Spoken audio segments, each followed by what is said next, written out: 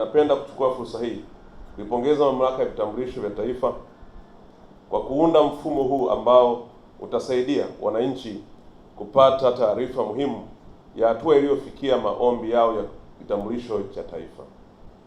Aidha, napenda kupongeza na kushukuru kampuni za mitandao ya simu kwa kuunga mkono juhudi hizi za serikali kwa kukubali kuunganisha mifumo yenu na mifumo ya NIDA ili kutoa huduma hii bure kwa wananchi.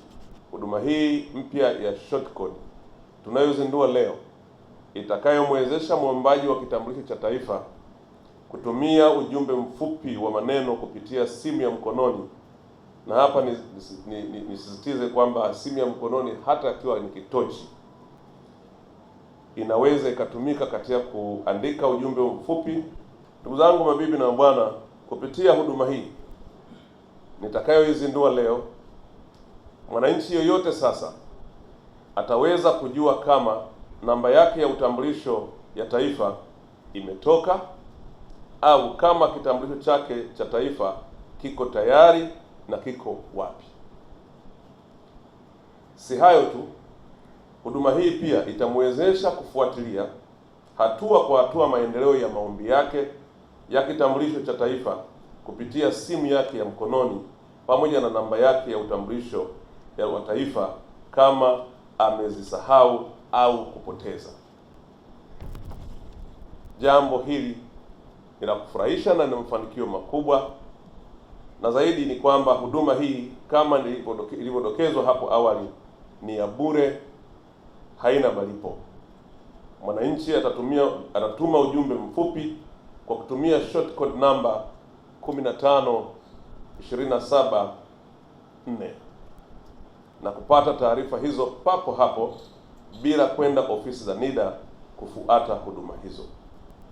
Kimsingi, faida ni nyingi sana ukiondoa gharama, lakini kwanza itarahisisha upatikanaji wa taarifa kuhusu huduma za maombi ya utambulisho kupitia short code hii badala ya waombaji kufika katika ofisi za NIDA wilayani, na tunafahamu wilaya zetu zilivyo kubwa. Lakini pili, itaondoa kwa wananchi usumbufu na gharama za kusafiri kwenda ofisi za NIDA kupata huduma hiyo. Tatu, ni kupunguza foleni katika ofisi za NIDA, kwani mwananchi anaweza kupata huduma hiyo yeye mwenyewe kwa kutumia SMS kupitia short code hii. Lakini nne, itawezesha waombaji wa vitambulisho vya taifa kufuatilia kwa urahisi taarifa za maombi yao kwa kutumia kwa hatua kila wanapohitaji kufahamu. Na tano, ni kwamba mfumo huu kutengenezwa kwa kutumia wataalamu walio katika mamlaka yenyewe ya vitambulisho vya taifa kumeokoa fedha nyingi za serikali. Ndugu zangu, mabibi na mabwana, hatua hii inaenda kuondoa matatizo ya muda mrefu, ambapo hivi leo tunavyozungumza katika wilaya zetu viko vitambulisho vingi sana ambavyo havijachukuliwa, na sababu kubwa inakuwa ni hiyo kwamba muombaji hajui kitambulisho chake kiko katika hatua gani.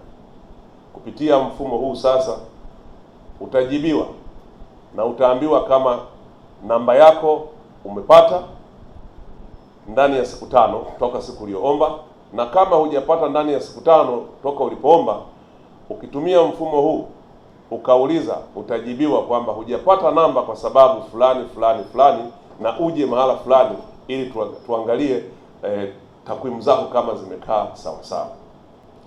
Lakini pili, utapata taarifa kutumia mfumo huu wa kitambulisho chako kama tayari kimekwisha tengenezwa na kinapatikana wapi na uende ukakichukue.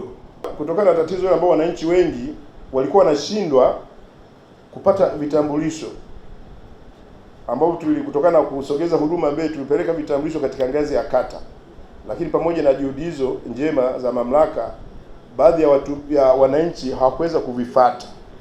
Lakini pamoja na kuvifuata, wengine walifuata ambao matatizo kwani ya kwetu tulikuwa na matatizo ya kimfumo, ambao unakuta mwananchi anaenda kutafuta kitambulisho, lakini akifika kitambulisho kiko kwenye kata lakini jina halijafika, ambao tuliweza kurekebisha. tulirekebisha na tulikaa pamoja na watumishi na wataalamu wetu tukatengeneza mfumo. Tukaona kwamba tukusanye vitambulisho vyote kutoka katika kata tuviweke wilayani na tukaweka mfumo wa kuvisomesha. Kwa hiyo kila mwananchi ambaye hajapata kitambulisho alitumiwa message. Lakini pamoja na juhudi hizo, baadhi ya wananchi mpaka hivi ninavyoongea leo hawajaenda kuchukua vitambulisho na kuzua malalamiko wakati message walitumiwa. Kutokana na hilo tuliweka utaratibu kwamba kuanzia mwezi wa 5 tutasitisha matumizi ya vitambulisho ambavyo havijachukuliwa. Juhudi hizo zimetusaidia kidogo, ingawaje bado. Kwa unakuta mtu anapokwama anakuja, unakwenda unachukua kadi yako, wana activate, unaendelea na matumizi. Lakini kutokana na hilo tumekuwa pia na malalamiko ya wananchi wengi kwamba wanaposajili wanachukua siku nyingi. Kama ulivyotembea wakati ule unaweza ukaona kabisa kwamba utaratibu wa vitambulisho wanataka kuingiza kama vya vitambulisho vya mpiga kura. Utambulisho wa taifa ni process, ni swala la kiusalama. Kwa hiyo tunapochukua fingerprints pale kuna taratibu za kuweza kuangalia, kuna mambo mengi. Kwa hiyo na tulishatoa maelekezo kwamba tunatumia siku 5 uweze kupata namba. Na usipopata namba siku 5 ina maana kuna tatizo. Lakini kadi ni siku 21. Sasa kutokana na hilo kupunguza usumbufu kwa mwananchi, ndio tumeamua kuzindua hii namba ambayo nafikiri imejaribu kuelezewa vizuri. Ni kwamba namba hii itamrahisishia mtu kuweza kutambua endapo mwananchi hajui au amesahau namba yake ya utambulisho wa taifa. Huyu ataandika ujumbe mfupi wa simu kwa utaratibu ufuatao. Kwa mfano, mtu amesahau au umeshajiandikisha, unataka kujua hatua ya kitambulisho chako iko wapi. Kwanza kabisa kwa utaratibu huu utaanza na jina la kwanza la muombaji. Alafu utaweka star, utaweka jina la mwisho. Kwa mfano kama mimi ni James, nitaweka star, nitaweka Kaji. Alafu nitaweka tarehe, mwezi na mwaka wa kuzaliwa. Nitaweka star, utaweka jina la kwanza la mama. Kwa mfano jina la mama ni Edina, la mwisho ni Wana. Na baada ya hapo unatuma kwenye namba